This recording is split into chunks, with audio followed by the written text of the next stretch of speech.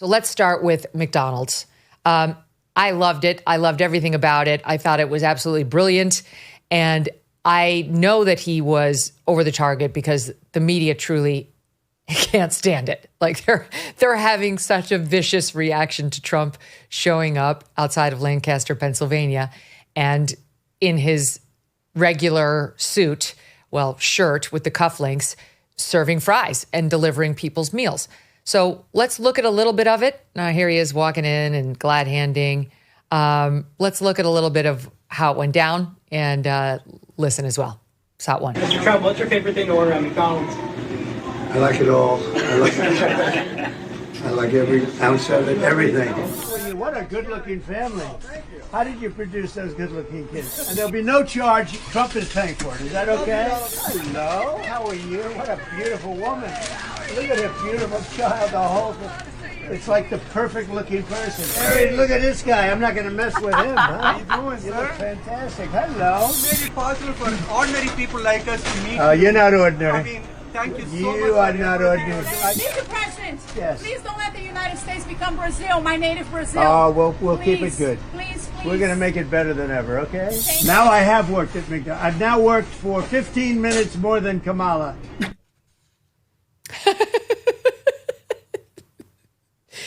It's amazing. Before we get to the media meltdown, let's just stay there because I really thought this was quite genius. You know, everyone knows Trump loves McDonald's. No, Trump has never worked at McDonald's. He was born to a very rich father, as everyone knows, but he eats there all the time. And so he's telegraphing that even though he's got all this money, he really is an everyman. He knows the menu forward and back. And he's drawing attention to the fact that he, like many, doubts Kamala Harris's claims to have worked there, something she's never been able to really substantiate. And it's also just a great photo op in the same way we see these politicians go to state fairs and eat the fried corn dog. This is Trump's state fair, only it's real for him. He actually loves it. So what do you guys make of it? The photos and the videos were just, they were wonderful. And the purpose of his appearance was to drive the narrative that Kamala Harris never really worked this job that has been a centerpiece of the biography that she's put forward on the campaign trail. And as a result, there was a ton of media coverage about this event in which the media said Trump is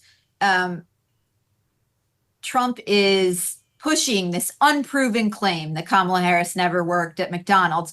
Well, the result was a full day of media coverage of his appearance and of discussion of Kamala Harris's claim and of Trump raising questions about it. And I just thought, this is not what the Harris campaign wants to be talking about 2 weeks out from the election. And the entire day was dominated by Trump. And it was a day he won. He won the news cycle yesterday. Emily, you just look at this. It's fun. It's fun to see Trump in a McDonald's serving fries, period. Right. But then actually, no, there's more after my period. Not my period, the period at the end of that sentence. That's already been in the news. Wow. Okay. Anyway, Speaking of Trump. Exactly. What's fun about it, what's important about it, in addition to the fact that it's just good, clean fun, is that's not a dictator. That's not a fascist. That's not Hitler.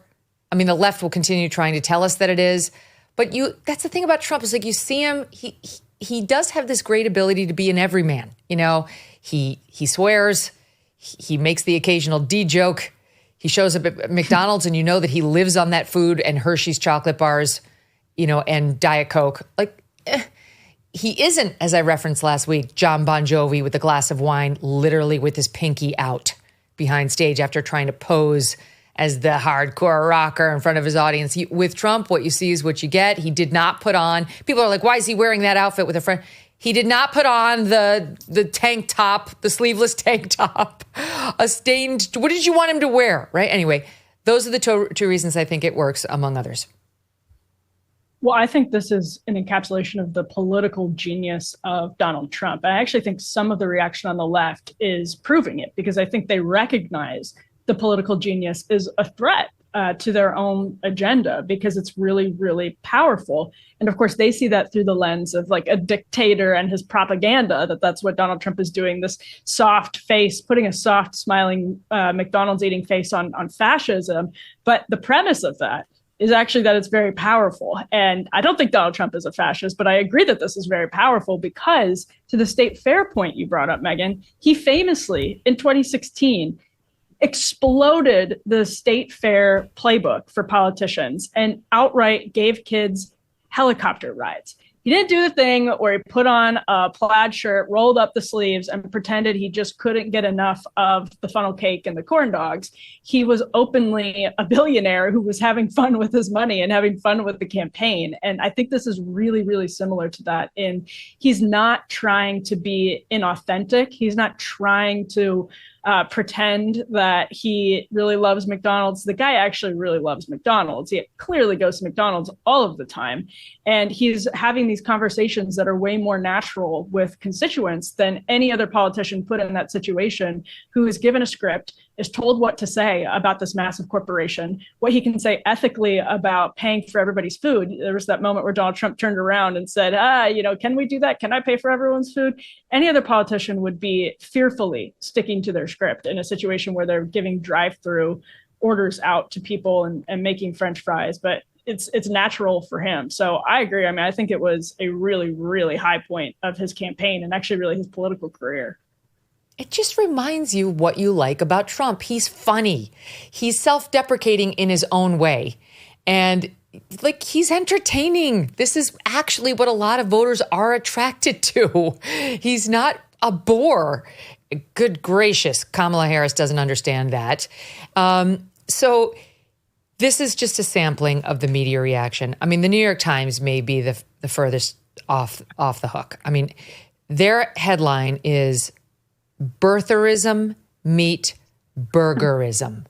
They're actually comparing him suggesting Kamala Harris never worked at McDonald's to Trump's birtherism claims about Barack Obama and whether he wasn't born in the United States. Like, what? What? Trump has repeatedly accused Harris of inventing this claim, recalling his earlier false claim that President Barack Obama was not born in the United States. Huh? How? And then they talk about how he's put her and her aides in something of a bind. Tracking down pay stubs or other documentation from so long ago would be a difficult task for almost anyone. McDonald's corporate representatives have ignored media requests for corroborating information. And then they go on to say that they have, I guess, corroborated it by a statement from the campaign saying it happened. She worked there, and a friend of Kamala Harris who said she thinks she remembers it. Yeah, to Kamala Harris's dead mother. And she thinks she remembers the dead mother mentioning it. I mean, like, in a court of law, you'd be in some trouble, Eliana. I'm glad we have 2 hours to talk about this. The whole McDonald's narrative is downstream of a really carefully researched and reported Free Beacon report that came out in late August. And that's why Trump has been talking about it. And the Free Beacon report raised questions about Harris's claim to have worked at McDonald's, noting 3 things. The first is that the campaign's story about the job had changed. They initially said she had worked there to pay her way through school. They had to walk back that claim. And they said that she actually just worked there for a summer for extra cash. They walked it back when the Free Beacon approached the campaign with questions. Number 2, it's not mentioned in any of the books that have been written about Harris, nor is the job mentioned in any of Harris's own books. The first time she ever mentioned it was on the campaign trail in 2019. That's odd for something that's become so significant on the campaign trail this time around. Number 3, she was asked for not a resume, as has been widely reported, but she was asked when she worked in a government legal office, a district attorney's office, for every position she had held in the past 10 years. So that's not a resume, but every position. And she did not include this job. Megyn, I'm sure you'll be shocked to learn that the New York Times left those first two details out of its story. They do not mention that the campaign's story and details about this job have changed. And they do not mention that Harris herself does not mention this job in any of the books she has written, and that one of her biographers told the Beacon he wasn't aware that Harris had had this job. Instead, they say this is the new birtherism. And while Trump has said she never had the job, that goes beyond what the Beacon was able to report. They say Trump is claiming without evidence. Well, there is some evidence. He's going beyond what the evidence says, but there is certainly reason to question her claim. I wrote in the Beacon's newsletter this morning, the Times report is to call it North Korean, I think, is not an exaggeration. They leave out important facts that would inform the reader's ability to assess this. And then they cite the Harris campaign as evidence to affirm her account. Exactly. It is a stunning display of tendentiousness and dishonesty. If this is a lie, she is the source of the lie. So why would we then look to her as the person who could disprove the lie? Imagine waking up one day to find out your home no longer belongs to you. That somewhere, someplace, somebody's stolen your property right out from under you. It sounds unthinkable, but it is a sad reality for some American homeowners, and it's a risk for anyone who owns property. House stealing, that's what the FBI calls it. It's a form of real estate fraud where scammers leverage loopholes in the system to fraudulently transfer your home's title into their name. And then they take out loans against your property or even sell it behind your back. By the time you find out, the scammer's long gone, leaving you, the legitimate homeowner, to clean up the mess. But right now, triple lock protection is available through HomeTitleLock.com, offering 24/7 title monitoring, alerts, and restoration services. You can sign up today at HomeTitleLock.com and use the promo code Megyn to get 30 days of protection for free and a comprehensive title scan right now to make sure you're not already a victim. That's promo code Megyn, MEGYN, and HomeTitleLock.com, or just use the link below. Thanks so much for watching. If you like what you just saw, hit the subscribe button for more clips and full episodes.